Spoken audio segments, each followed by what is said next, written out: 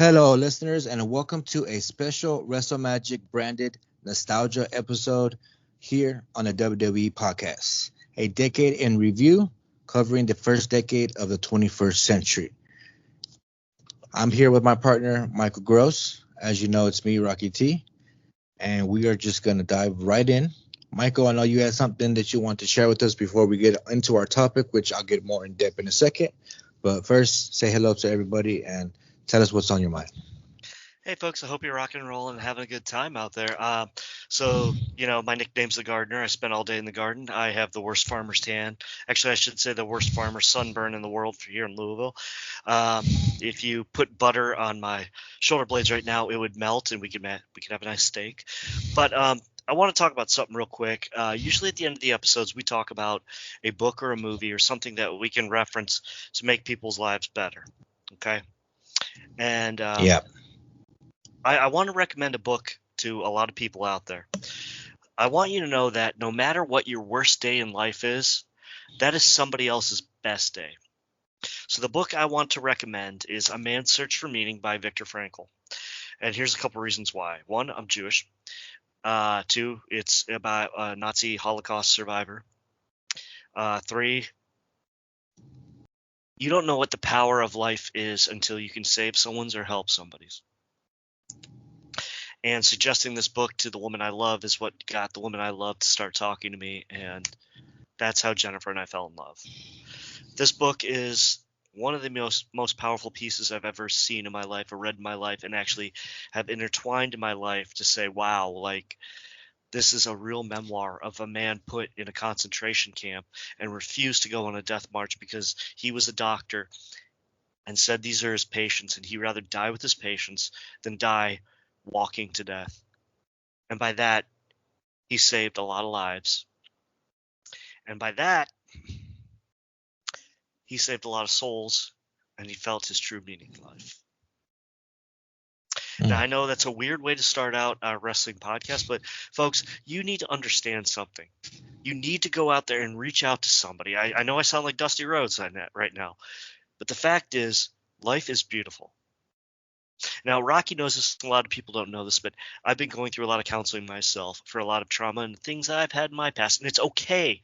It is okay to have these problems in your life, but it's even better to address them and take care of it. This is true. Guys, if you're out there and you're having problems, it's going to be all right. It's going to be all right. You just have to get help, and it's okay to get help, and it's not embarrassing to get help. But reading something this powerful and understanding how powerful something like a book like this is, you'll never realize again in your life, your bad day is somebody's best day times 10.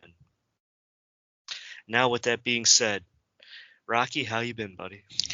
I'm good, but my city's been recovering.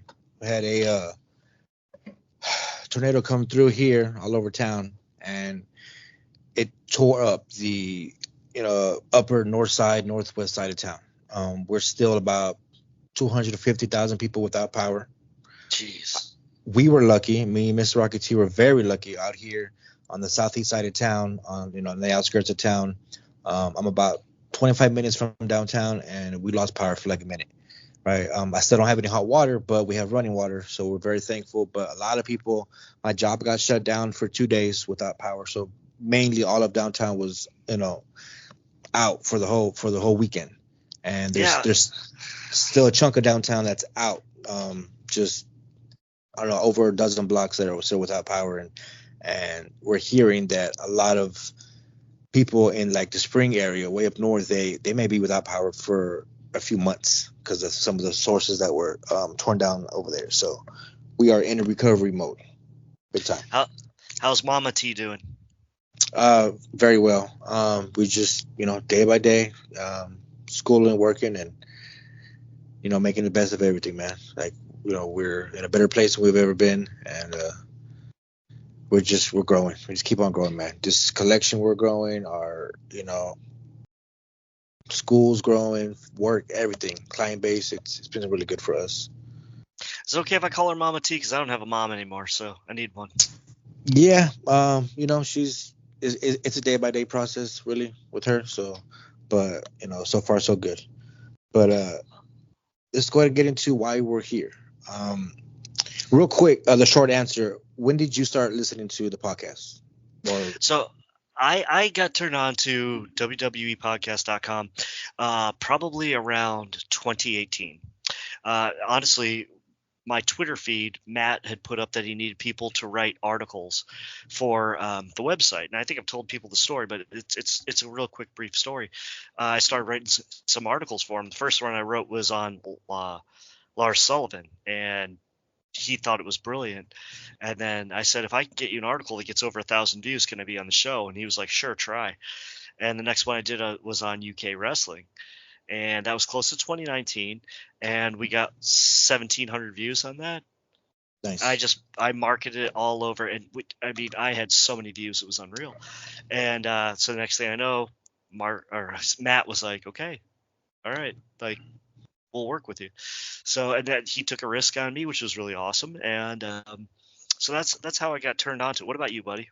So it was about 4.5 years ago. I had really had a bad car accident, and I was recovering, and I was at home, and I was just watching the network all day long. I had watched every documentary. I watched everything. I was tired of watching wrestling for a second. Didn't have any other friends to talk with about it. So I was like, let me find a wrestling podcast. Literally went to iHeartRadio, typed in WWE podcast, saw the first thing that came up, which was Matt's podcast, opened it up, started listening. I don't remember what the first show I heard was, but I do remember what I looked forward to was the nostalgia shows, because he would, talk from a certain time period from the past, which with the sound clips and everything and the way he puts it together, that's what I look forward to before he had the mailbag. So last week or a week and a half ago, he reposted the top 10 moments or his picks of the 2010s, and I got inspired from that. And then coincidentally, you and Maverick put out the episode of 90s Wrestling Ramble. Yes. So that all happened within like 2 days. So I texted Matt and I go, have you started on, or do you have plans to do the first decade of the 21st century? He goes, I've thought about it, but I haven't done it. And I asked him if we could have it, and he gave me the green light. So here we are. So basically what's going to happen now is we're going to cover 2000, 2009, because like I said, you and Maverick covered the 90s up until, the 2000, and then Matt started with 2010. Now, this is not going to be like a top 10. This is very objective to our opinions, what we think, and actually basically what I picked. And this episode is actually going to be inspired by the Samsung Galaxy Ultra 24 for the reason of the AI features.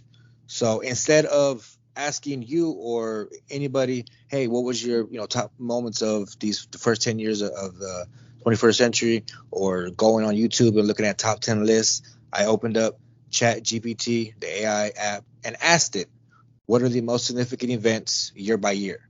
And it pulled up some, and so we're gonna go off of what the AI told us was most significant. By the way, can you hook me up with one of those Ultra 24s, my friend? Yeah. I'm ready to upgrade. Yeah, I can. I got everybody who's ready. So anybody that's in Houston listening, I'm in downtown. Just one thing that we need to do that we've been meaning to do is tell our people where to find us at the beginning of the show instead of the end of the show, because we ramble so much. I'm sure they tune out at the end. So real quick, Rocky T007 on the X, and then for you it's at Captain 144 Captain. Yeah. At one. Thank you. Yeah. We always forget. So I was like, let's get that out in the beginning. So can we also really quickly talk about some of the irons in the fire that we have with our little private group for WrestleMagic? Let's recap and let everybody know what's going to be coming out the rest of the year, because we're already almost halfway through the year. Okay, so we have some surprise guest hosts that are going to be with us. Okay, Mm-hmm. folks. Some retired wrestlers, and we're not going to spoil their names because things can come up and we don't want to put a timeline on something that could be screwed up. But we do have a lot of really cool interviews that we're kind of putting through. We also have a somewhat famous semi-retired wrestler that Maverick and I are working on. Mr. Michael Patrick is actually working on a project for little people in wrestling. a forgotten art of wrestling from yesteryear. So I'm kind of curious to see what he puts together for that. That's gonna be fun. I think it's going to be a really fun episode, to be honest with him. I think I'm going to work with him on that one, just because, co-hosting is always a lot of fun, and just knowing how to really base everything, I think we're going to have a lot of fun with that episode. I really, really do. And if we can get some of the people we want from the Micro Wrestling Federation to chip in some interviews, I think this is going to be awesome. So that's what we got going on, guys. We have a lot of irons in the fire. We're all very responsible adults. I'm almost 50. Rocky's an older man. My brother's older. Maverick is in the UK defending the country. We're Memphis Mark, and he's older than me, and he's living a life. We all have lives, folks, and like a lot of people say that they miss, Mr. and Mrs. Casual Wrestling Fan, things like that. Guys, life comes up. So respect us for that, but we are going to create some content. We're going to pump it out. We're going to pump out content, and we're going to have fun with it. So let's have some fun. Are you ready? I am ready. So 2 things that I want to just bring up real quick from the year 1999. That was something that was significant for me when I really saw the change. So Okay. we're already deep into the Monday Night Wars, and significant enough for me was if somebody jumped ship, right? Because I was young when Hogan jumped to WCW, and then when Hall and Nash went, for me, I was like, it was 96, so I'm like 8 years old, so it was like whatever to me. By the time 99 comes, I'm already 12 years old, going on 13, and the Chris Jericho debut. Oh my gosh, was significant for me. As goofy as he looked, and I actually just rewatched his debut a couple of days ago, and I was captivated the way he is on the mic and how he works the crowd. And I had seen his work a little bit on WCW because I would flip to Nitro during commercials when I would watch Raw as a young kid. And Monday night was the only night I was allowed to stay up to 10, so I was allowed to watch wrestling if I could stay awake. But I gotcha. The Jericho jump, and actually, Big Show had jumped first in February earlier that year. So those 2 debuts were very significant for me going into the year 2000, because that's when the sink was, the ship was sinking to the fullest over at WCW. And of course, we have the buyout, which we're going to cover in a minute. But do you remember where you were when those happened? Because we know Paul White, Big Show, debuted in February at the St. Valentine's Day Massacre. St. Valentine's Day Massacre in Memphis, Tennessee, at the Pyramid, which was located not even half a mile from my old house on Mud Island. Wow. My old apartment, but I didn't live there at the time. I lived in San Diego. Okay. So the Gardener's done a lot growing up. Like I said, I'm almost 50 years old. If any girl asks, I'm 35, except don't tell that to Jennifer. Now, honestly, what it comes down to was these were big jumps. Now, Paul White, as far as the Big Show jumping, it didn't mean as much as Jericho. People knew Jericho was going to go. In fact, Jericho was off WCW television for many months, but he did house shows. And he would say crazy things at house shows without breaking the rules too much to get sued. Now, in his book, Jericho talks about he got ribbed when he made his debut. They told him not to look at the camera, to always look away. That's why when you watch his debut, he's always looking down or looking in a weird angle. They told him to be the exact same goofy Chris Jericho, which was, I think, Pat Patterson and Jerry Briscoe did that to him, knowing that Vince would hate it. Turns out it's regarded as the best debut of all time. Now, as far as Paul White's goes with, St. Valentine's Day Massacre, the guy's 7'6" or 7'4". The guy's a massive monster. Coming out, throwing Stone Cold through a cage and everything else, I get it. However, his debut fell flat. It's just the fact that they had the name. They had who he was. Now, you could tell they were doing the favors on their way getting out of WCW. More Paul White or the Big Show, I should say, than Chris Jericho, because Jericho was just taken off TV. They didn't see him as marketable, and they didn't see him putting over people as very important, because they didn't see him as the guy who would become the first unified world champion. As far as Big Show went, he put over like DDP quite a bit. He put over Goldberg. He put over, I mean, every big name, Sting, you name it, and they just had him kind of flounder around and lose a lot to Kevin Nash. So his debut was a lot of rebuild the character. How do we rebuild this? How do we make this guy a monster? How do we make people reinvest and care? And real quick note, do you know what his original nickname was? Because it wasn't the Big Show. I know I've heard it tens of times. I don't remember. The Big Nasty. The Big Nasty. That's Shane McMahon introduced him as the Big Nasty. And this is storied and legend. McDonald's didn't like it because it sounded too close to the Big Tasty. Oh my God. That thing was not tasty at all. What did everybody call the Big Tasty? The Big Nasty. Exactly. So something was worked out and he became the Big Show. There's your little bit of history lesson for the day, as far as like WWE. Vince McMahon turned people into sheeple. If he told you the sky was purple, after 3 weeks you believed the sky was purple and you never knew it was blue. That's what Vince McMahon did. And WWE fans, and I hate to say it, folks, a lot of you are out there listening to this. It's true. You believe anything he says. So, with that being said, though, that was, the defections were a big, big thing. And that year, Chris Jericho's was rated, even though it was goofy, and if you look back at it, he did everything they told him to do.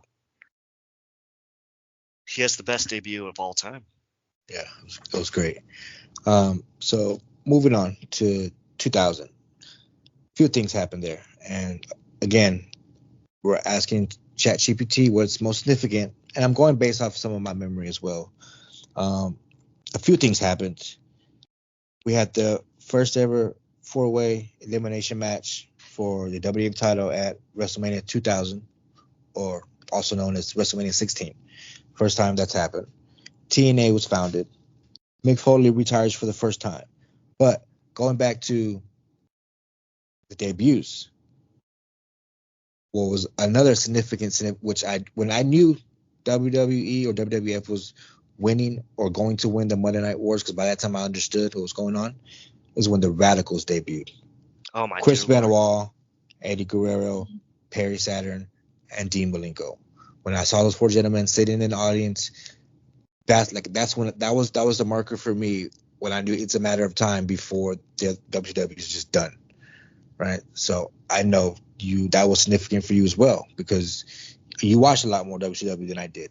I knew the names, I knew they were technical, I knew they could high fly, but I was a WWF kid through and through, still am, right? So that was one of the biggest moves I've ever seen, to let four of your workhorses go. And it's funny, like they talk about the whole Eddie Graham or Mike Graham and Chris Benoit story. First of all, the Fallen One, Chris Benoit, that's why I'll always say that. He was one of my favorite performers ever, but what he did is inexcusable. That's why I'm always going to refer to him as the Fallen One. Okay? So, with that being said, the Fallen One goes to Mike Graham. Mike Graham says, well, something along the lines of, well, we're going to give you the title, but we're going to take it away from you. And if it was me, I'd put your head on a stick. Benoit played it up, okay? And all these people like, oh, Mike Graham was like 50, but he could have taken Benoit. Yeah, right. Right. Keep believing that. And so that was a conduit to negotiate the releases of all of them. But they also negotiated Conan's release, Shane Douglas's release, but it didn't work out right. And they weren't wanted elsewhere. Now, these guys in 2 days were in WWF. And I remember there was a site, Scoops, back then. It was called just scoops.com. And they gave you all the wrestling information. It was ran by a man named Al, or the man they call Al. Actually, this is what his moniker was. And he knew a lot of people backstage and in the wrestling business. And he had said that like a hotel was booked with all their names in it. And legend has it, Russo read that, told it to Shane Douglas, and Shane Douglas then called Dean Malenko and asked Malenko, are you there? Malenko said no. And then he called the hotel and asked if Dean Malenko's alter ego name was checked in. They said yes. And that's how Shane Douglas knew that he was left behind. But the debut was amazing. And, of course, they did it with ECW alumni, Al Snow in the audience. Or Al Snow Wrestling. I mean, everybody was ECW. It was a perfect moment. That you couldn't have had more perfect moment. But I've talked about this on the show before, is the fact that they all showed up. They were all kind of like, gritty in the audience, kind of made their own little rumbling. It was the next week when they had matches. But the other thing about when they had those matches is Perry Saturn was a student of Killer Kowalski, who was also the mentor of Triple H. And he looked at him and he said, "Why are you guys wearing these street clothes? You're professionals." And the very next show, they all showed up in suits. And that was a big thing, like them coming in wearing suits. And I remember reading that as a backstage thing, like on a dirt sheet, or it was actually on Scoops. And then it was actually on Perry Saturn's website, I think. Perry Saturn put it out on his website. He had a website. It was funny because he did his own website and he misspelled stuff all the time. It was really funny. But he did. And still a lot of respect, a man who, took a gunshot to save a woman from getting, hardcore ARD. Yeah, that's a man. That's a man. Perry Saturn's a man. So that was a big one. That was a huge one, and that really turned the tide because you had your people that you wanted to watch as workhorses. So you take that out. All you had left now was Rey Mysterio, Chavo, a handful. Just a little jello bowl of wrestlers, but they had no charisma. They didn't have – Chris Benoit wasn't a guy that you watched interview, but you watched him wrestle. Hell yeah. Yeah, so and Eddie Guerrero had a thing. Perry Saturn, like I said, not an interview, but you watched him wrestle. Dean Malenko, definitely not an interview.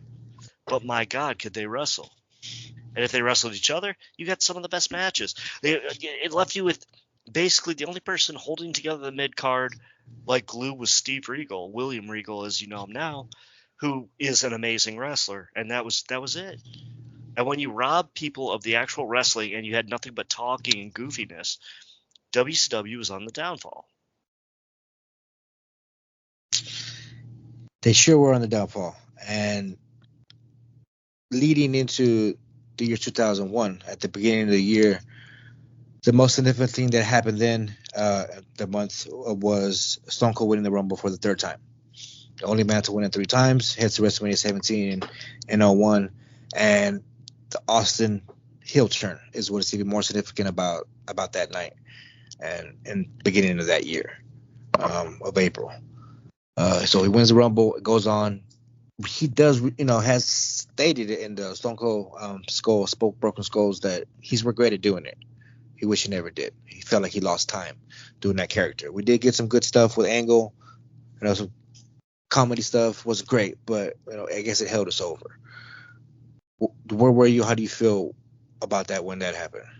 This is a very interesting question because I was not a fan of Kurt Angle when he first came out.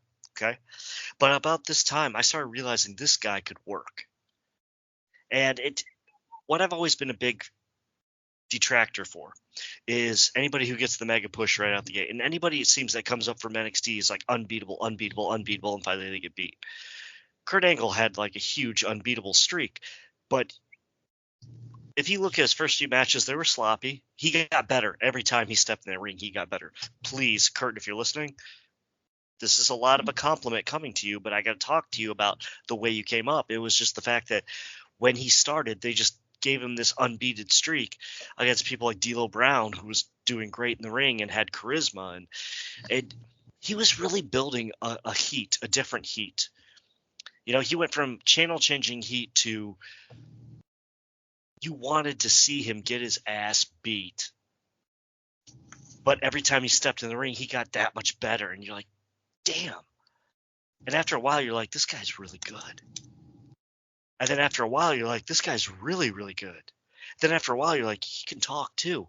And then when he split his character from goofy into the psychotic, straight Kurt Angle, there was nobody else to go against Austin. There was nobody else you could believe that could take Austin out. Now, they also say that turning Austin heel was the death of the Attitude Era. Yeah. Everything that you built upon, everything that you had, and the one thing that you stood up for was now dead flat. It was out in the water, laid to pasture, whatever you want to call it. It's just gone. And so it was a rough moment. But if there was one person to do it, son of a gun, it was Kurt Angle. It was Kurt Angle. It had to be him. So that was a difficult year, because then everything went into what they called, what was the new generation, the PG era. Dear God. Well, that's good. That's good. Yeah. Well, you're a little ahead of yourself. So Okay. Rounding out 2001 with his Rumble win, the heel turn, and running the gimmick for the better part of 2001. Another significant thing is March 21st of 2001 was the last night of Monday Night Nitro. And then at Vengeance in December of 01 is when they unified the titles. They finally put over Chris Jericho. He beats The Rock and Austin for both in the same night. That closes out 01. And then back to your point about the Attitude Era dying with Austin's heel turn, 2002 marks the beginning of the Ruthless Aggression Era. So So we have the invasion angle involving the acquisitions from WCW and ECW, leading to the invasion match and all the subquit matches from both promotions. So that's what we get in the 01 at the beginning, and then going into the Ruthless Aggression Era. The first significant thing that popped up for the Ruthless Aggression Era in 02 was WrestleMania 18, the Icon versus the Icon match, Rock versus Hogan, essential, another passing of the torch. So I don't know if it was a passing of the torch, but something that they definitely just needed to do. Now, the money on the table was Austin versus Hogan. Hogan, right. Yeah, Austin did not want to work with Hogan. And when you're the one who calls the shots, you do what you want. He wanted to work with, I believe, Scott Hall that night instead. And he wanted to actually have a good match because he believed Hogan was a sloppy worker, which he is. Right. But The Rock and Hogan put on a Hollywood match. They puffed it up. They made a headlock that should last 30 seconds be 3 minutes. And they made a lot of history. Now, I believe that was in Toronto. Am I not correct? That one was. Yes. And Jericho says in his book that he put over Triple H that night in the headliner, but he said after that, the locker room was empty. There was no going on after that match. Now that was an iconic match. I was glad The Rock went over, because if you put Hogan over, I probably would have burned the place down. But it was definitely passing of the torch. But the thing is, the fans were hungry because they thought that they were going to get Hogan Austin at some point down the road, which they never got. And that may be one of the biggest misses, but that would have been, their styles don't clash.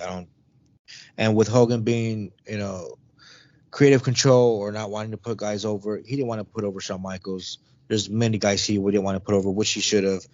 I don't think he would have wanted to put over Austin. He didn't want to put over Brock. Actually, no, I'm sorry, not Brock. He did put over Brock. I think that's somebody else. I can't remember. If you don't want to put over Brock, good luck. Sorry, yeah. So, but that probably wouldn't have been, best for business. But speaking of Brock debuted in 2002, and a week after the Hogan and Rock match, we get the WWE brand extension. Now, this is very significant as WWE splits its roster into two distinct brands, Raw and SmackDown, leading to new storylines, rivalries, and championships. Eventually, we will start to get drafts and trades and back and forth, and them not giving a damn whether we have a draft or not. But that's when WWE first did the brand extension. And what was actually the most significant thing is in 2002, World Wrestling Federation underwent a rebranding due to legal disputes with Worldwide Fund for Nature over the initials of WWF. As a result, the company changed the name to World Wrestling Entertainment, WWE, as we know it today. And this marked a significant shift in the brand, while the company continued to operate its entertainment focus under the new WWE name. So a lot happened just in those first 2 years of the 21st century. Okay, so I hated both those movements, so I'm going to tell you why. So first of all, the World Wildlife Fund was around a long time before WWF, which is now WWE. It was originally WWWF. That's how they could coexist. One was, Right. and then when Vince Jr. took over, he got rid of one of the W's and become WWF. That's fine. The problem was people were sending money to save pandas and such to Vince McMahon instead of sending it to the World Wildlife Fund. That's how the big confusion and everything really got. Everybody says Vince can't be beat in office. Yeah, ask why it's WWE. Vince can be beat. All right. Okay. But that's interesting. I didn't know about that, about them sending the money for pandas to Vince. Yeah, it's all kinds of goofy stuff that happened like that. And honestly, Okay. he lost. He lost that one. He Yeah. straight up lost that. And so the whole campaign was get the F out. The commercial with the guy getting a haircut, right? And the first person to wear a get the F out shirt on air on Raw was Rob Van Dam. And so it was just, okay, entertainment. Like that, you cheapen the product by saying entertainment. Now, some people speculate that the original idea was it was going to become World Championship Wrestling, WCW. But Vince burned his bridge so bad with the invasion and everything, he screwed up. So let's talk about that for a second. So Vince wins the war. WCW goes under. All of a sudden he brings all these people in, but he only brings in undercard guys that nobody cared about. Contracts. Contracts. There are so many people who were under contract that could have wrestled, but they didn't. You didn't go Goldberg, the NWO, Sting. No, you're getting undercard guys. The major people you got were Booker T, who is amazing and was amazing and will always be amazing. Booker, if you're listening, don't kick my ass.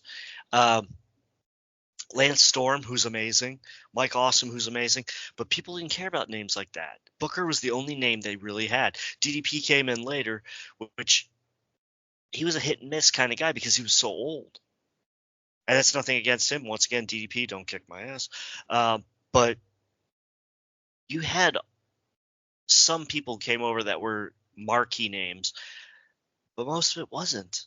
So you have the natural born thrillers, and there was a lot of people that they were regenerating into new ideas, and they saw a different generation in them. That was great, but they used them as cannon fodder. So that whole thing didn't work. And then they tried to add the ECW invasion into it, but a lot of the ECW guys were already in WWE. So it was just turning on your own people. It was messy a little bit. Some of it made sense. It's like trying to make stew, but you use buttermilk as your base. It just doesn't work. So at the end of it, the whole thing was slopped together, and they were left kind of holding a bag of marbles, and there was no one to play a game against. So and that's kind of what screwed them. Yeah, real quick, I'm looking at the Survivor Series poster here, and on the WCW/ECW team, you have RVD, Shane McMahon, Booker T, Kurt Angle, and Stone Cold Steve Austin. Stone Cold's your most WWE guy you're ever gonna have in the world. Kurt Angle's homegrown WWE guy. Booker T representing WCW and Rob Van Dam representing ECW. On WWF's team, Kane, Undertaker, Big Show, Rock, and Jericho. Kane wrestled as Bruiser Mastino in WCW in the 90s. Undertaker was Mean Mark Callis in WCW in the 90s. Who else? The Big Show. Big Show was, of course, the Giant in the 90s. Who else? This is hilarious. Jericho.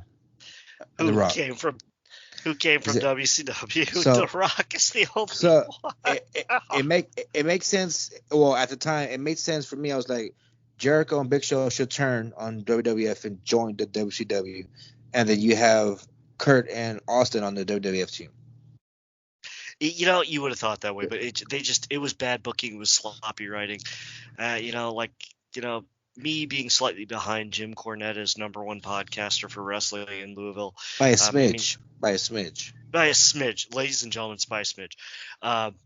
I will tell you this much. Like, he's talked about stuff like this. It was just lazy booking, and it was sad. It was just they didn't know what to do, and they were just slopping it together to make WWF stars, WWE stars, whatever you want to call them, go over and look better. So that was a hell of a time for me as a kid. It was still very exciting having Vince win the war. Little guys start to jump one by one, and then finally we get the NWO, and finally we get Goldberg, and all that stuff finally comes out. So it was still very exciting for me.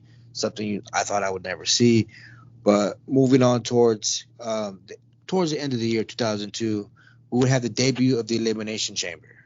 Now, this is something that was more special back in the day because it wasn't its own pay-per-view. It was meant to settle a number one contender or to settle a championship match. And this first inaugural Elimination Chamber match was won by Shawn Michaels himself, where he captures his one and only world title after coming back from his back injury. And that's something that was special for me because he came back after, like I said, the 4-year injury, and I never expected him to win. It was a surprise. He didn't hold the belt. He was a transitional champion, but I believe it was necessary to reestablish him as that showstopper, and that he did put over the next talent in line. So that was a big deal for me. Well, Sean coming back, he did the better work of his career on the back half, especially with the new breed of people and a new breed of wrestler. Your Jerichos, your Edges, your Benoit's, the fallen one. I mean, all this was just so much for him to work with, like, marquee players.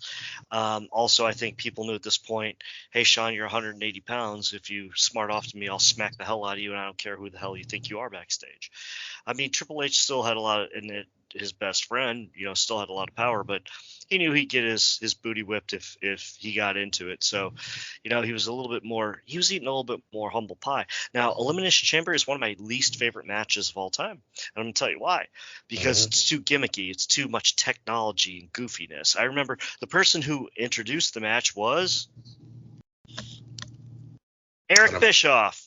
Bischoff. Oh, I was Yes. thinking of somebody else for something that we're going to talk about in a minute. Bischoff, he did create it. That's right. He was the one who said he created it. He was like, it's part this, part that, and part of one of my favorites, War Games. And everybody went crazy. And then when he said the whole premise of you're in a pod and then you get released, I'm like, this is too much goofy tech. I don't like this. I've never liked Elimination Chamber. I've always thought it was a stupid gimmick. To be honest with you, I've never liked it. It's not wrestling that I grew up with. And people would say, you're outdated, Michael. Well, I'll tell you what. Watch War Games from like 85, 86, and then watch an Elimination Chamber and tell me you want to see somebody huffing and puffing behind a piece of plexiglass versus two guys bleeding their guts out in War Games in 87. Come on. So it just wasn't my thing. I never liked it. Just too much gimmick, too much goofiness, too much tech. But it was the birth. You are right. And it was introduced by Eric Bischoff. All right. So 2003, we're ushering in the Ruthless Aggression Era more. Like I said, it was started in 2002, but 2003, a few significant things that were brought up here on this list. You got the rise of Brock Lesnar, the Evolution stable. You had the debut of John Cena. The brand extension introduced the draft, where we had the first draft between Raw and SmackDown. But WrestleMania 19, two significant things happened. Now, we know that it was Austin's last match. Yes. The third and final match, the trilogy with The Rock. But I had quizzed you on this a while back and asked you who are the only two, well, actually not the only two, who were the first two wrestlers to headline a WrestleMania match using their actual real names? Oh, son of a fish! You always do this to me. Well, it was at the same WrestleMania 19. Same WrestleMania. The headline, and they used their real names. First time in history. You always Go ahead. Kurt Angle and Brock Lesnar. Brock Lesnar, yeah. You always get me on that one. Yeah, I always think Ric Flair. I don't know why I always think Ric Flair, and no, he never headlined. So. So I remember reading Austin's book, and I believe this was when he was on so many pain meds. He could barely walk. He could barely stay awake. He was drinking 4 pots of coffee a day.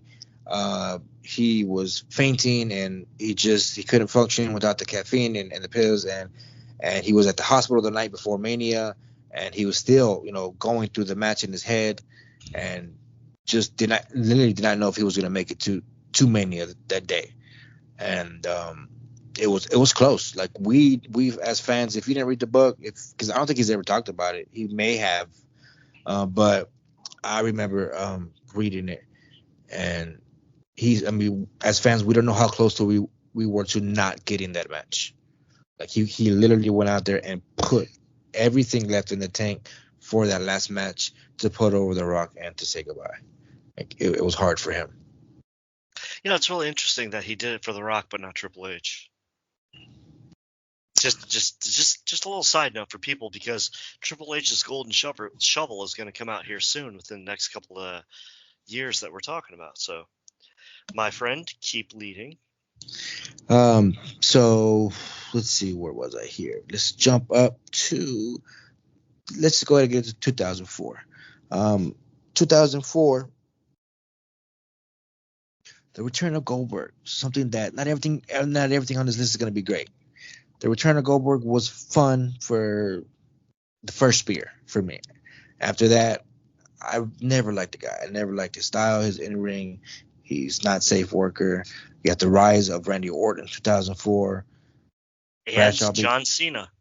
John Cena, right. We're getting to him next in 2005 when he really takes off. John Bradshaw Layfield becomes champion. He transforms to his character and has the longest reigning title reign in SmackDown history. And then we had the evolution of the women's division that saw the beginning of the shift towards a more serious and competitive women's division in WWE, with talents like Trish Stratus, Lita, and Molly Holly delivering standout performances. I don't know if this would be the actual evolution, because it's not, but it's the start of it. But this is what ChatGPT brought up as significant events in 2004. Well, you're forgetting something. 2004 was what WrestleMania year is that? WrestleMania 2004 is going to put us at WrestleMania 20. Exactly. What happened that year? Eddie and Benoit. Exactly. The Fallen One and Eddie had the biggest celebration at Madison Square Garden I've ever seen in my life. I want to say personally that's one of the, out of my top 5, my Mount Rushmore, my top 4 moments in wrestling, that's one of them. Because I was a huge fan of the Fallen One, because he was the best in-ring worker in the world at that point. I don't care if you went to Japan. I don't care if you went to Mexico. I don't care if you went to hell. I don't care if you went to heaven. There was no one better. And then what happened with him is something else. But the fact that match, nobody believed he could win it. And then to add the star power of both Triple H and HBK. And at this point, Triple H has this golden shovel. So he's burying everybody left and right. He buried Bubba Ray Dudley. He buried, Rob Van Dam. You name it, he buried him. Kane, Katie Vick. Hey, we talk about that one? Nah, we can't. Nah. PG. So, yeah. So let's talk about, that was the greatest match of that year. And then you had the greatest moment. Like I said, I would agree. I still believe he was one of the greatest workers, but I have no respect for the man. That's where I'm going to leave it with the Fallen One. All right, so let's go ahead and push on in 2005. More inventions come in 2005 as Chris Jericho pitched the idea of the Money in the Bank. This came to fruition at WrestleMania 21. Edge becomes the first winner of the Money in the Bank briefcase. Winner for that, and he goes on to cash in at the beginning of 2006. But before that happens, the rise of John Cena really took off from 2005 to 2006. John Cena's ascent to the top of WWE, becoming the face of the company during this period. WrestleMania 21, he wins the title from JBL. WrestleMania 22, he defeats Triple H with a tap out. WrestleMania 23, where I'm like, there's no way in hell he wins. He retains and defeats HBK via tap out. That was the moment. The HBK tap out was the moment that I started to hate John Cena, because he beat my two favorite wrestlers from my childhood. He beat DX. He made them tap. He blew my mind. Sorry. You almost, yeah. And from that day on, I was like, just no. Then I believe that was more of the start or early days of the PG era, where it really came out. But the PG era. Let me cut you off for a second. Okay, the PG era was different because they had to find people to build it around. Now you had to have your ultimate evil, Randy Orton. Randy Orton, and look, people say that it's big match John. They don't realize that Orton puts in just as much work. The difference is Orton doesn't just have a big match. He does it every damn night. Orton is that good. And like I was saying on podcasts like a couple years ago, Randy's tired. Randy's old. Remember before he got injured, how shriveled he was looking and how tired he looked? The guy put in 20 years without stopping. He just didn't stop. Give the guy a break. Let him have a breath. Let him go to catering, eat a couple of Twinkies, and relax, man. You need that. I think the 18 months he was out, that time was the longest, right? It seemed like an eternity when Randy was gone, because Randy is a utility. He is a utility that you can build anything around at any time, especially a main event and marquee matchup. And they knew that. They knew that when they had him at a young age. And so, there was actually like 4 guys they wanted to build around at that point. Okay. So it was Cena, Orton. This next one's going to surprise you. Rene Dupree. He was young. Yeah. Yeah, but. And Carlito. Okay. If you remember, Carlito's debuts, his debut on Raw and SmackDown, he both beat John Cena for a title. All those gears going right now in your head? Yes, they are. You're sure right. Yeah. You got to realize Carlito is incredibly talented, and his dad owns the last territory, which is something that Memphis, Mark, and I are going to cover. There's one territory left, guys. It's Puerto Rico. It's World Wrestling Council, and it's still down there, and it's owned by his father. And so if he didn't like what WWF was doing or WWE, he just wouldn't play ball. He'd just go back down to Puerto Rico and make his money with his dad. That's why he never got to the main event status, because if he didn't like his booking, he was like, screw you. I can still make my dad's money down here. It's the only territory left. It's funny. So yeah, those were the 4 people. Now, Rene Dupree, first of all, he wasn't going to take off. And this is not being a sexist thing. Even though he's French Canadian, I think it was a play on the fact that I believe Andre the Giant's real name was Rene. You couldn't make this guy believable to fight his way out of a wet paper bag. There's nothing they knew he was like 20. He couldn't even buy a beer, I think he said in some of his shoot interviews. And I saw nothing in him, to be honest with you. They just saw a 20-year-old. They're like, yeah, he'll be the future. We can have him around forever. Now, Carlito, yes, he has talent. He had charisma. He had everything. They just wanted him to be somebody he wasn't. If they just let him be who he was, which delves deeper into like the sleaze, like amped up the character that he was, it could have been better. But they wanted to push Orton and Cena more. But his big things is every time he debuted on Raw.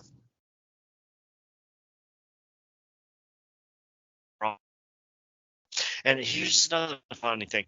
You know why his finisher was called the Backstabber?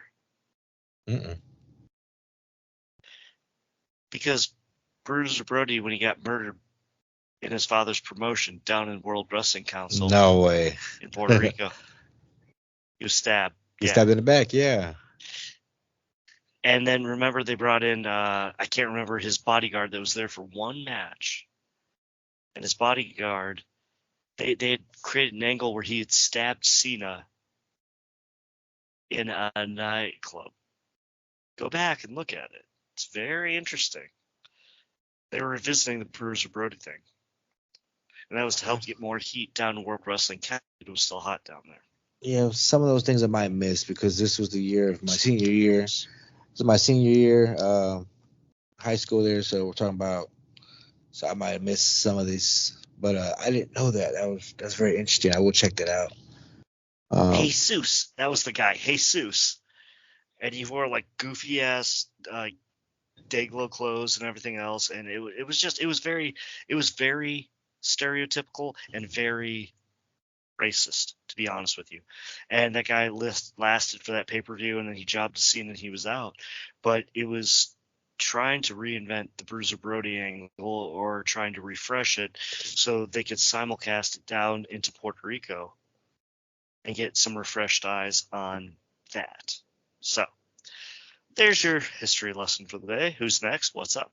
The next thing is, I don't want to touch on it too much, but it's the most tragic death in wrestling history. 2005, R.I.P. Eddie Guerrero. Still in our hearts today.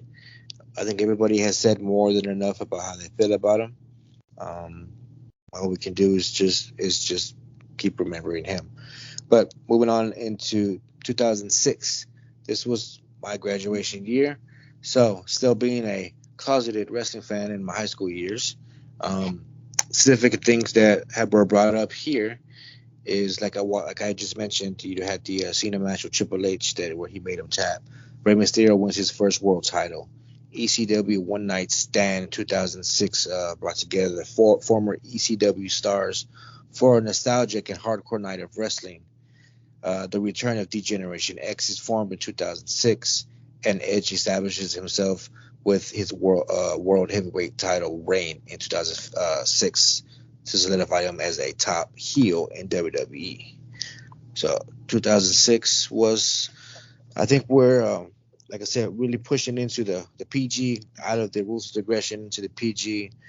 I think this is at the point where we have Super Cena moving into 07. ECW relaunches WWE relaunches ECW as a brand, continued throughout 2007, featuring notable moments like Bobby Lashley holding the ECW world title and matches involving rising star like CM Punk.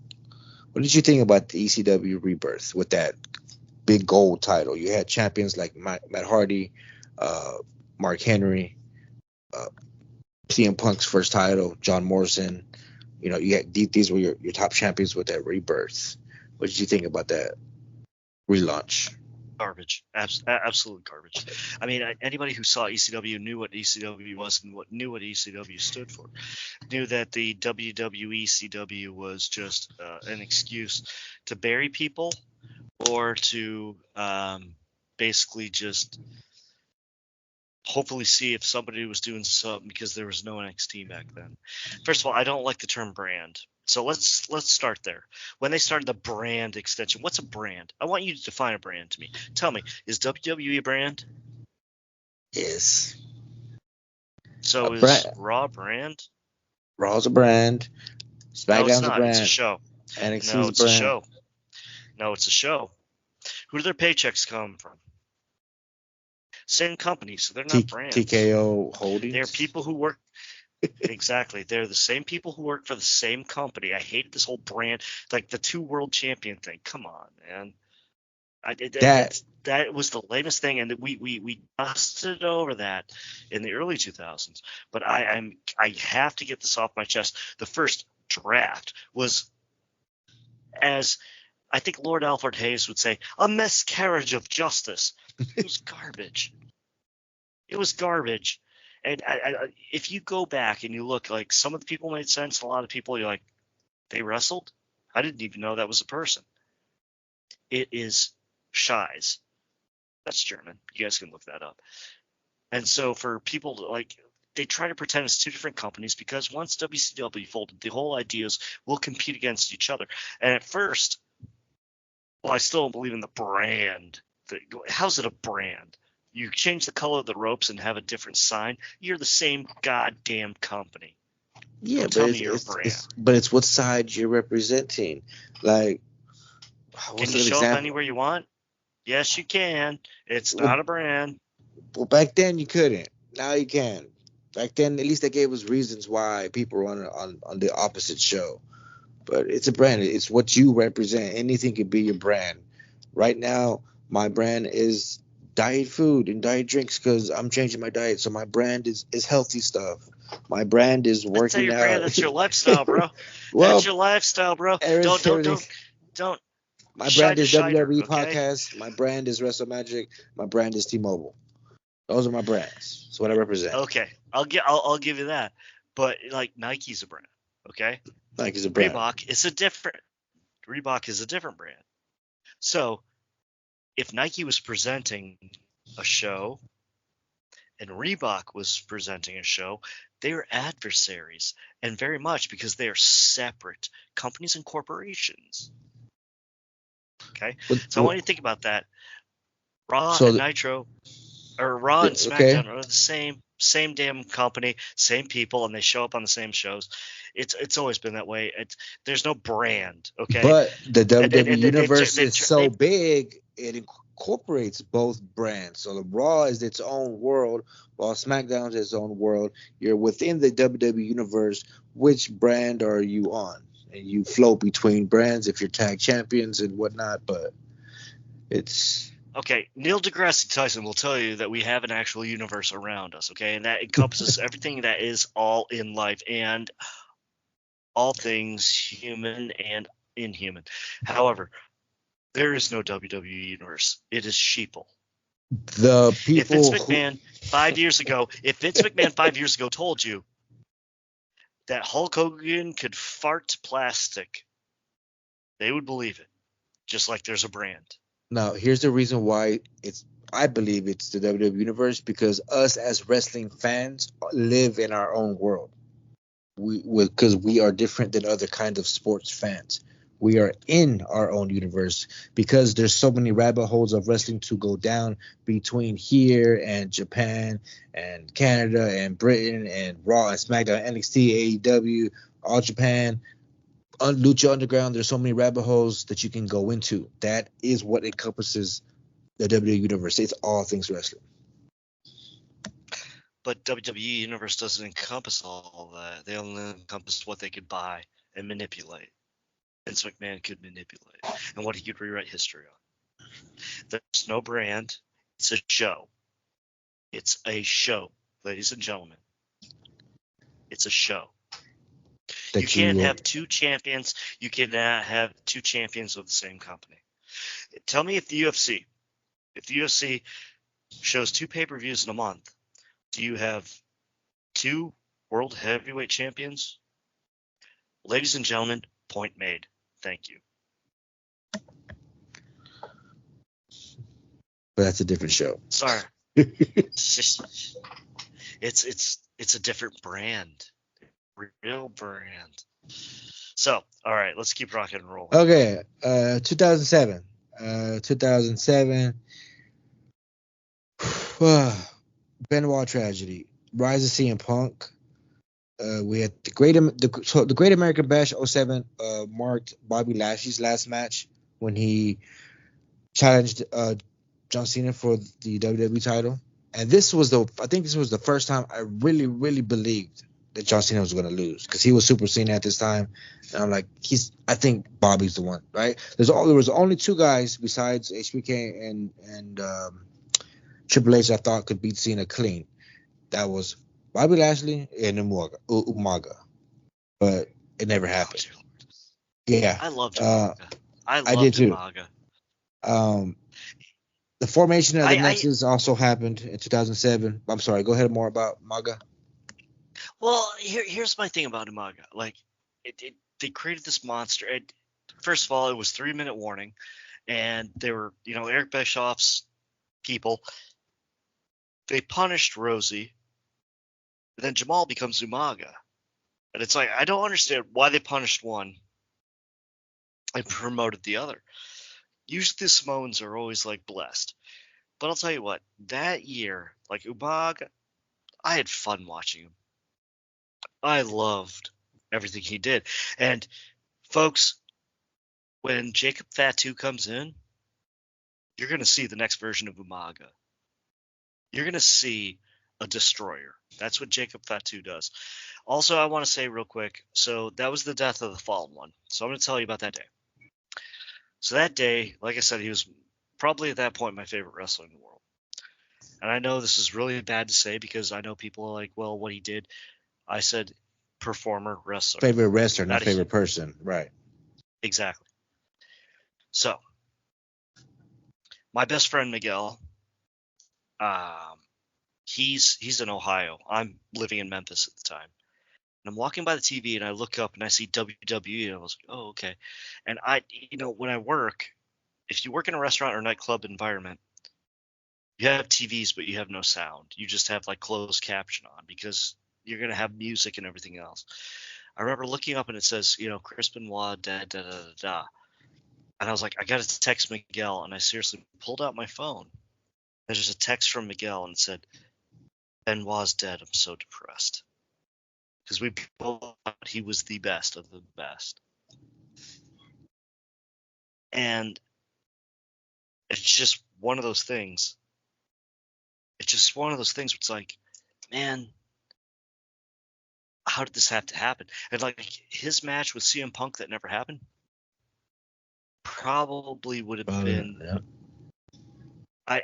If Benoit was at the top of his game and Punk was at the top of his game and that age and that young, more than chemistry, it would have been a mad scientist. Paul Heyman should have been the agent and he wasn't with the company. And Paul Heyman could have probably put that together and said, guys, take 25 minutes and give me the best product you could ever have. And I bet they would have had the best damn product of that year. I guarantee that. But everybody knows the Fallen One was never good after Eddie died, and he was never the same. And everybody talks about how he just unplugged himself. It was a hard time for me to watch wrestling too because like Paul Burchill and all these weird people, like all these stupid gimmicks coming out. It was becoming more childish at this point. And a lot of people were turning the channel because they just didn't want to watch it. So as you were, sir, keep with the timeline. I'm with you. 2008. Retirement of Ric Flair. Rise of Jeff Hardy. The formation of Legacy. Okay. Let's take Ric Flair retiring. Number 5, right? At that point. Yeah. Everybody knows my favorite wrestler of all time is Ric Flair. The reason I'm a wrestling fan is because I wanted to be Ric Flair. My goal in life is to beat Ric Flair. If I meet Ric Flair, I will die a happy man. I've had a very fruitful life. I think I've sent you the pictures of me like kicking it with Drake and stuff like that. Like I've lived a life. Mm-hmm. I have lived a life. But to meet Ric Flair is a whole other thing. So his retirement, we get. I have a big disdain for Shawn Michaels for his backstage politics. It's not his in-ring performance, it's his backstage politics. And I have a huge love for Bret Hart for beating the hell out of him every time he could, which I think is hilarious, and no one stopped it. And, the one person I think that would have loved to beat the hell out of Shawn Michaels, I think the best fight would be Shawn Michaels and Booker T. Because Scott Hall has said before in interviews, it's like, Kevin Nash and I would be working with Harlem Heat. We were trying not to get our ass kicked. And it's like, those guys were legit. And so I can imagine Shawn just smarting off to Booker and Booker just like giving a heavy hand and like reaching back and giving the smack of the gods across his face. And I just would have smiled. But that's because he needed it. To bury people like what he did to Chris Candido with Sonny. You're not a human being. You're an asshole. Yeah, learned about that on the Dark Side episode. Yeah, he is. He's a jerk. And like I said before, if he was locked in a room with Chris Candido for 15 minutes, Chris Candido would walk out and Sean would be crying in a corner after he got the hell beat out of him because his friends couldn't save his life. So, what was your highlight of the year? Well, I don't know if it was a big highlight, but it's whenever they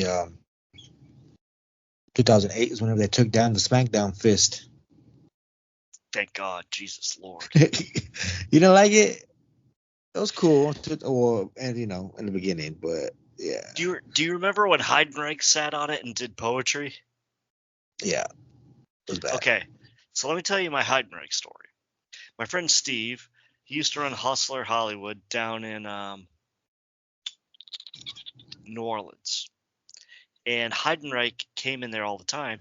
And Steve's a big wrestling fan. He actually listens to the show. And he had talked about like Heidenreich would come over and talk to him, and they became friends. And then it became every time Heidenreich was in town, he'd be like, "Is Steve there?" And he's like, "I got to avoid this guy. He's like burning me up." Yeah, Heidenreich was a pain in the ass. Yeah, so the formation of Legacy was a big deal for me. Okay, why? I have a soft spot for second, third generation stars, and Randy I already taken a liking to, and then all of a sudden you got the kid of Dusty Rhodes and the kid of the $1 Million Man, and I thought it was perfect. I was like, these guys are not big muscular guys. They're not powerhouses. They're gonna be technical, fast speed, and they're gonna cheat to win, which I'm a heel through and through. And just when I saw them three, I saw the past. I saw their dads. I saw, for lack of a better word, bloodline, right?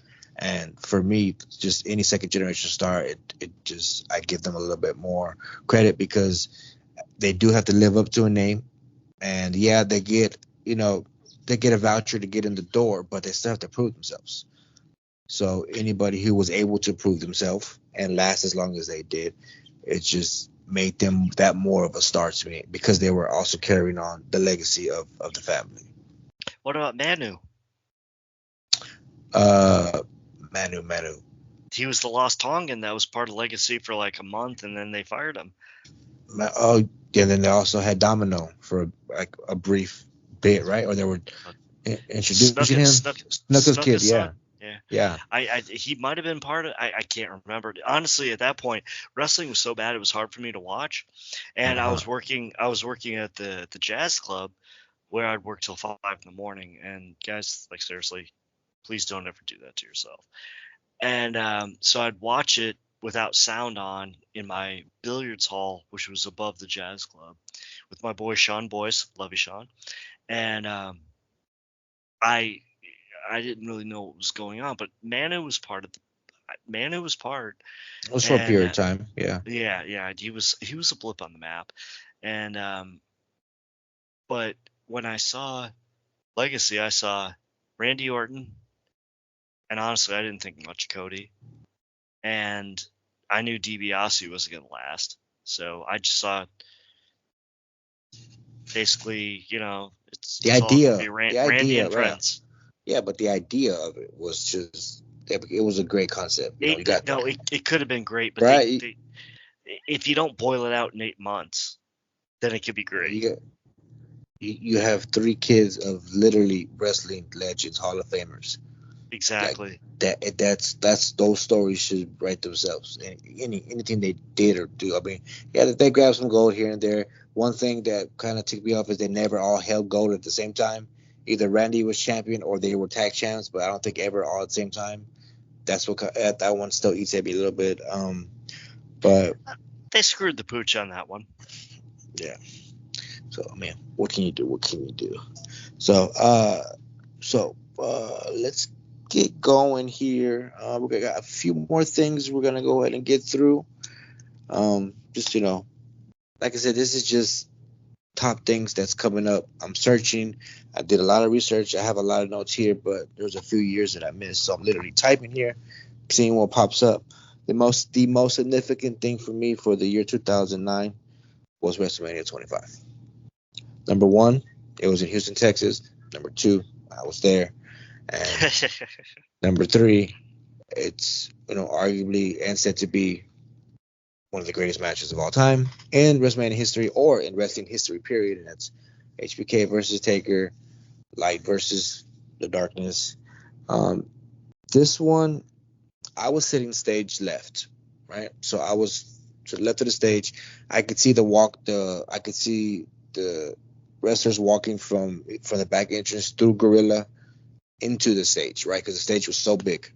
So I could actually, I saw Michaels get into position to be raised up on that platform for them to bring him down.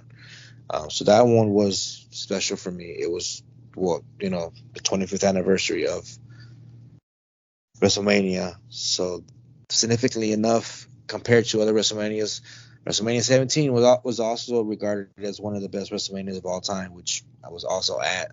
I was very fortunate to be at both, and very fortunate to be a part of a lot of wrestling history. I was young, I was early 20s, and then I think at WrestleMania 17 I was Son teenager. of a fish, I've never been to a Mania, so It's just, I mean, it's right hard to place, describe. It's hard to describe. It's just to see a people, just maybe one day, maybe there'll be a WrestleMania between us one day. Well, look at it this way. I used to hang out with Drake, so right place, right time, right? Yeah. So, yeah. So the one thing you're gonna hate about 2009 is, and you rant all you want, but don't rant too much. But the rise of the Miz. The 2009 marked the rise of the Miz in WWE as he transitioned from reality TV star to a legitimate wrestling talent.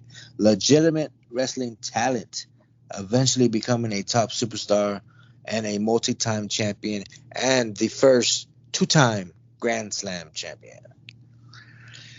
May I? Please. Ladies and gentlemen, there's no worse performer in the whole world of the company than The Miz. He should have stuck to doing commentary, and he should do nothing more than that, because all he is an actor. He is mediocre at best in the ring. We have the Tito Santana rule. The Tito Santana rule is if Tito Santana could do it better than you in the ring, and he was always a mid-carder, then you should never win a world title. I also put this as the Rick Martel rule because Rick Martel was just that damn good, and The Miz is just damn not that good.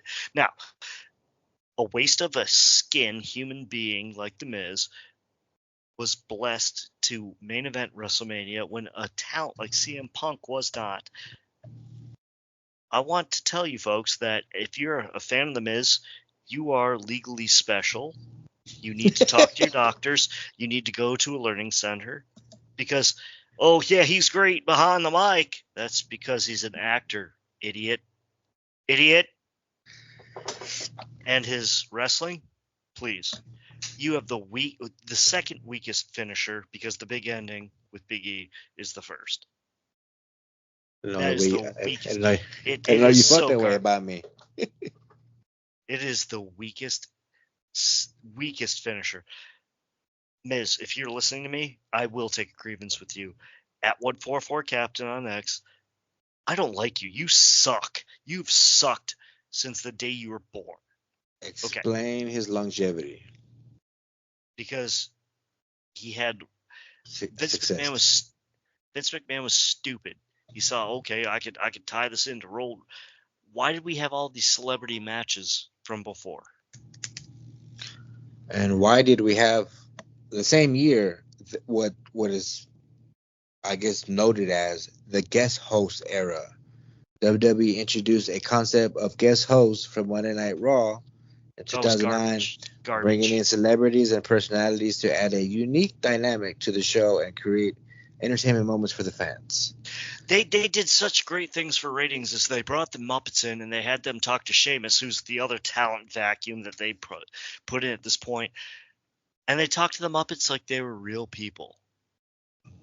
They had Jared from Subway. How's he doing, by the way? Oof, we've seen that documentary. That's my recommendation. Yeah. Jared. The Jared, yeah, right? He booked a couple of matches. That's great PR for you. That's great PR. Hindsight's a little 2020 now, isn't it? Jared from Subway. And if you people don't know, you will after you talk to me or hear my voice. They booked a lot of really. They booked, what was it? Jeremy Piven was there, and he kept calling SummerSlam Summerfest. Oh my god. Because that's a genius move. I think they had Barbara Billingsley from the Brady Bunch there. These are Einstein moments. And you wondered why your ratings dropped and dropped, and your key demographic that they keep talking about now went to hell. Yeah, it was bad. It was bad. I remember tuning out. I remember having the DVR so I could fast forward through, at that point, 70% of the show. Yeah, that was really bad. The only thing you had was Punk, Brock, Cena for his promos. He wasn't really, he was wrestling, but he wasn't really wrestling. And then everybody got tuned into NXT. That was the birth. And that's where we segue into this to what the next generation was. But keep going, my friend. So we're just, like I said, you and Maverick did the 90s. Matt only did 10 moments from 10 big moments of the 2010. So 2010 to 2020, right? And he, made a list from other people's list. He mentioned this whenever he reposted it. So I have a couple things from 2010 I want to cover, but we're gonna cut it there, and then we might turn this into a 2-part. But 2010, so in 2009 you had one of the greatest WrestleMania matches with Undertaker and HBK. 2010 you had the Career versus the Street, and that was at WrestleMania 26. Taker retiring Shawn.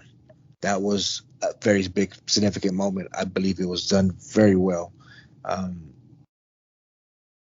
The Nexus debut, the return of Bret Hart after over a decade being away from WWE, after everything that had happened.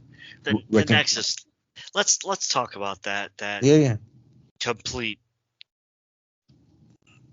It was a cool idea, but they didn't execute it with the guys properly.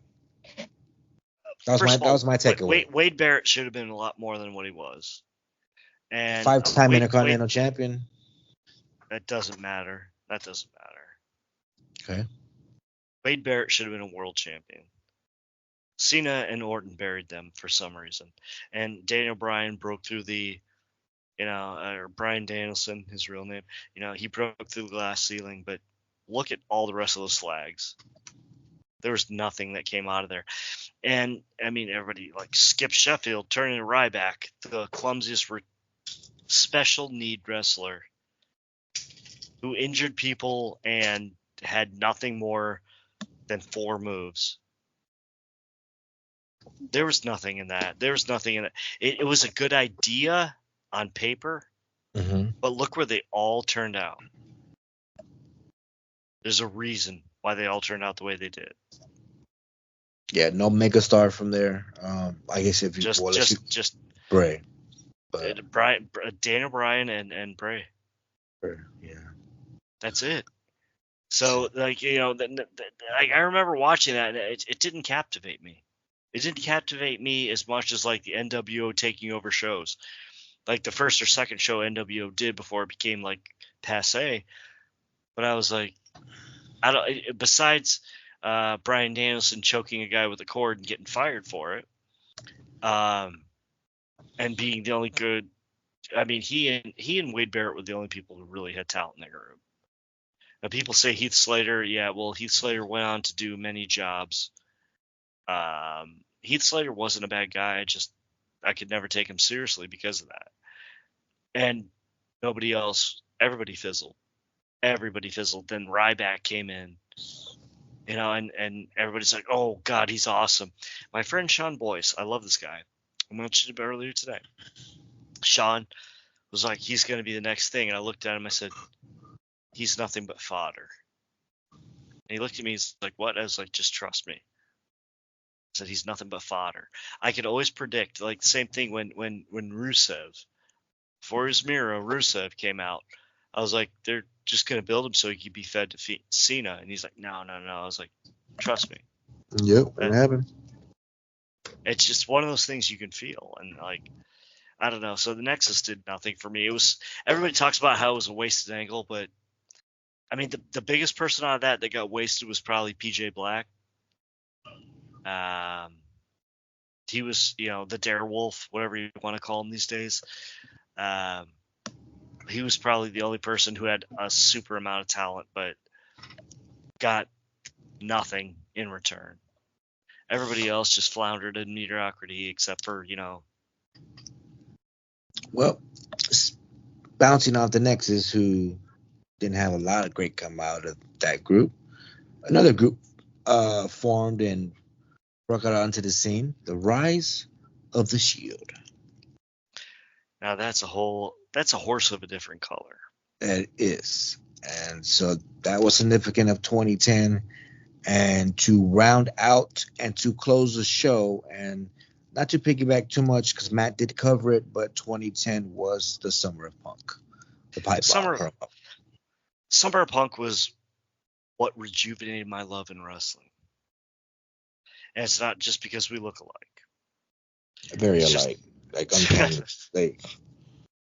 I know, it's kind of weird, isn't it? But what it really comes down to is the guy was uber talented, and I was just like watching it casually with my friend Sean Boyce again in the Absinthe Room in Memphis, and he would come on, and I actually found somebody that I was like, this guy is good on the stick, and then he was good in the ring. But when I saw the Shield, I was like, we have something here, and I knew who Seth Rollins was as Tyler Black. And I knew Moxley, but I didn't know about I didn't know about Roman. I didn't know about him because I didn't watch NXT at that point. And so I was very intrigued. But I remember the first time they did the triple power bomb, I said, who do you think's the leader? And I remember Sean was like, it's John Moxley. I was like, no, it's not. And he's like, why? I said, because who's in the middle? It's Roman. So Roman Reigns is the leader. He's like, no. I said, oh yeah.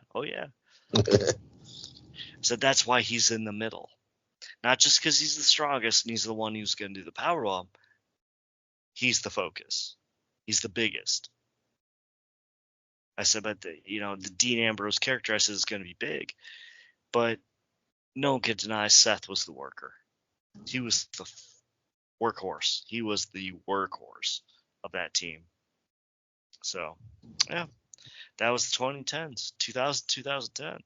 There was a lot of frustration. There was a lot of, you had so many characters like Paul Burchill and so many goofy characters just come in and come out and get fired. And then you kept talent vacuums like The Miz and Sheamus, who really do nothing for me. They do nothing for me. You can't tell me Sheamus is Bruiser Brody. No, but they represent a different demographic that WWE was trying to attract. You had Sheamus as the representative of Ireland, and you had The Miz as the representative of the reality TV world. So you got to have somebody represent every aspect of life, whether it's celebrities, dark, light, cowboys and this and that. You have to have everybody, right? So they were representing a certain part of the audience, right? You got the kids, the men, the adults. You got something for everybody. You got comedy. You got your giants and your small people and your high flyers and your technical guys and submission guys. These guys were reality star, and your representative from Ireland, which isn't he the first? Sheamus the first Irish-born WWE champion. Probably, but who cares? Let me put it's in the record books. Some people care. Have you ever eaten at a Cheesecake Factory? No. Okay. So their menu is like 20 pages. Okay. So do you want to eat food and be happy? Or do you want to scan through something all day? That's what they did with The Miz and Sheamus. It's a 20-page menu. I'd rather eat and be happy as opposed to look through a menu to find a reality show or an Irish champion. Because they're not doing it for me. They're doing it for somebody else.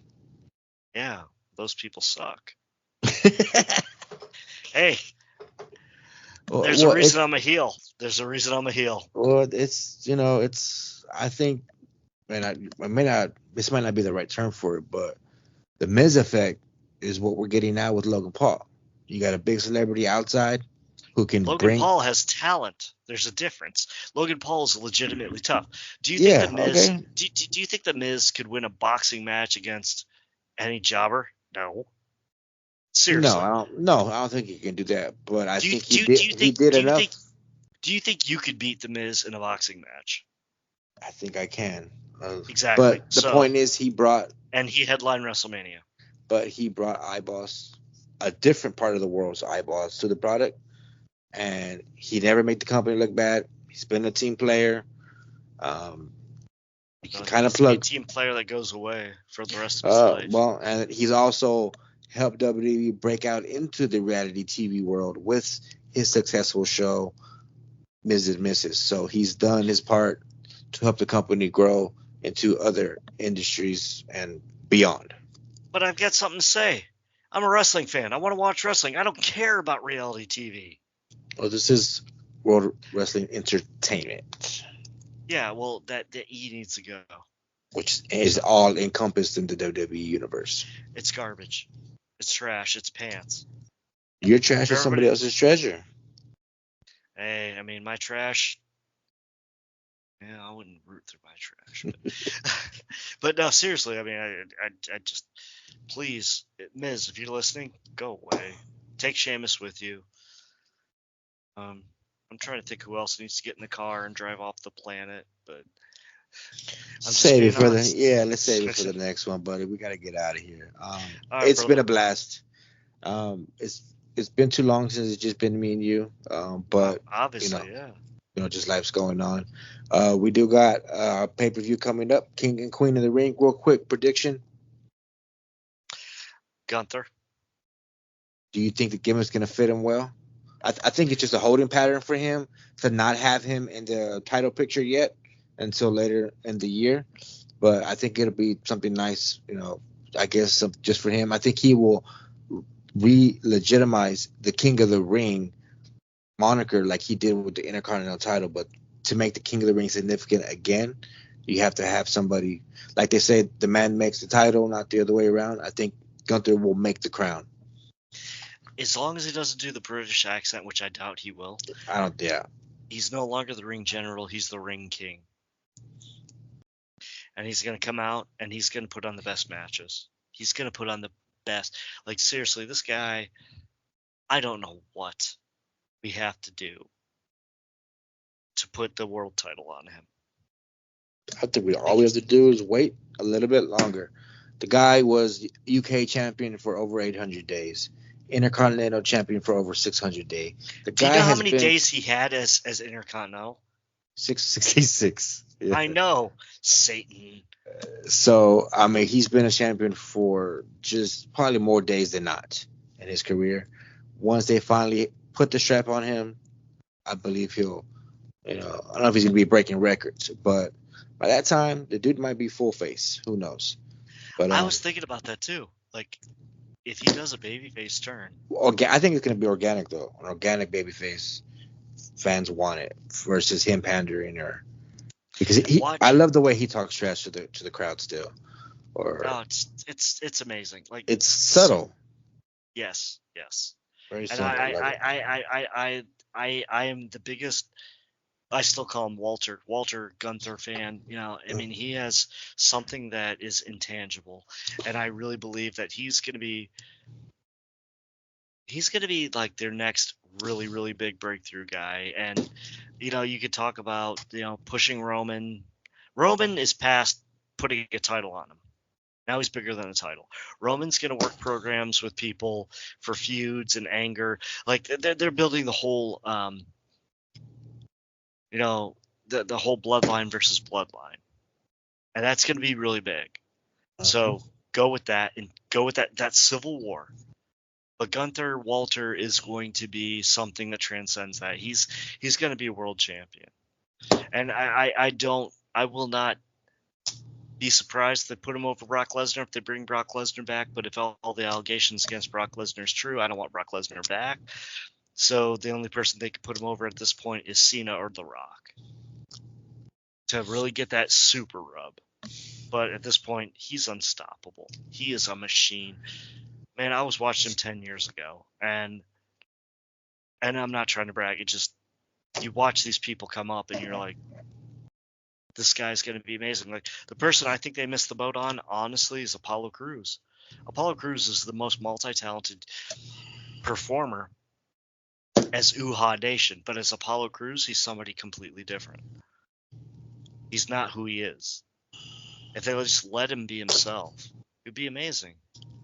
So, anyway, that's that. So you enjoy your life, my friend. Let's give our shout outs and our talk outs, okay? Shout out to the WrestleMagic team: Maverick, Scully, Michael Patrick, Mark from Memphis. Just everybody doing their own thing, doing a team thing, doing a 3-way thing. Everybody just contributing. That was the part that we wanted. Me and you, when I say we, me and you wanted was to have other components of this brand and the WrestleMagic umbrella to produce things when life was taken over for us. So I'm so ecstatic with the work that they're doing, reaching out to these retired wrestlers that we're trying to match dates with and dish money out for. Like, we are pulling out of pocket for this because we love this so much, right? Even if I'm not on one of these episodes, I'm still contributing to get that superstar here to talk on the WrestleMagic brand for the WWE podcast. So shout out to our guys. Shout out to Matt for giving me the green light to do this episode. He did say that he had been meaning to do it, but just couldn't get around to it. So he gave me the green light. So shout out to him.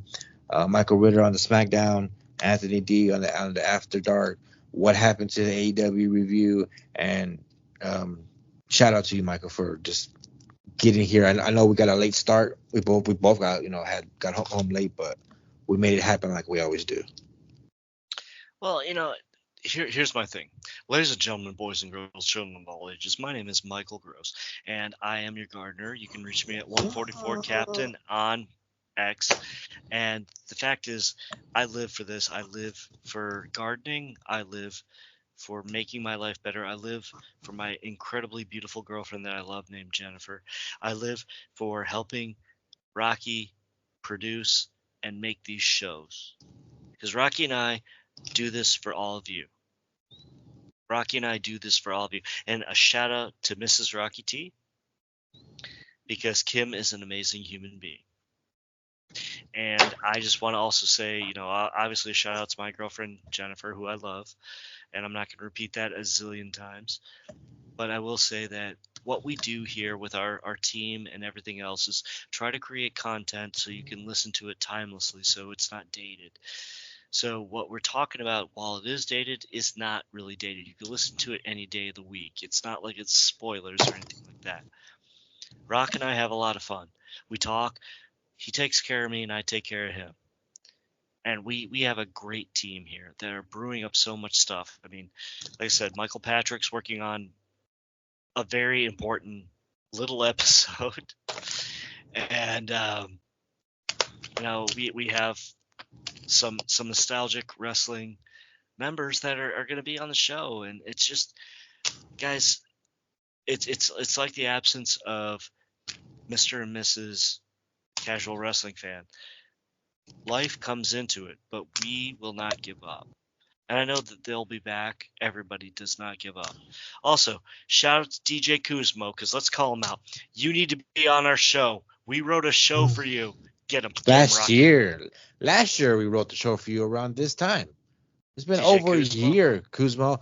Every week they're saying that you sponsor the location of the SmackDown. You got time to do that, but you ain't got time to reach out to us? Don't make us come to New York. Come on. We had an episode ready for you for over a year. Hello, everybody. So, all right. with that being said, ladies and gentlemen, it's time to sign out tonight. We've had a great time. It was a great review. And, if you guys want to work with us, like on X, I'm at 144Captain. Rocky? At Rocky's Club 007. Or you know what? Here's my business line. 713-562-5689. That's my T-Mobile business line. But I'll answer anybody, and we can just hook up that way and start workshopping ideas, because that's how it starts. If you want to be part of our team, you just let us know, man. We are open, and we will work with you as long as you're not goofy. So. All right, man. So let's call it good night, and until next time. All right, brother. All right, bye. Bye. Thanks for listening to the WWE Podcast. Don't forget to subscribe on your favorite podcast app so you don't miss a show, or head to WWEpodcast.com. And for all of these shows ad-free, head over to patreon.com/WWE Podcast. Until then, we'll see you next time.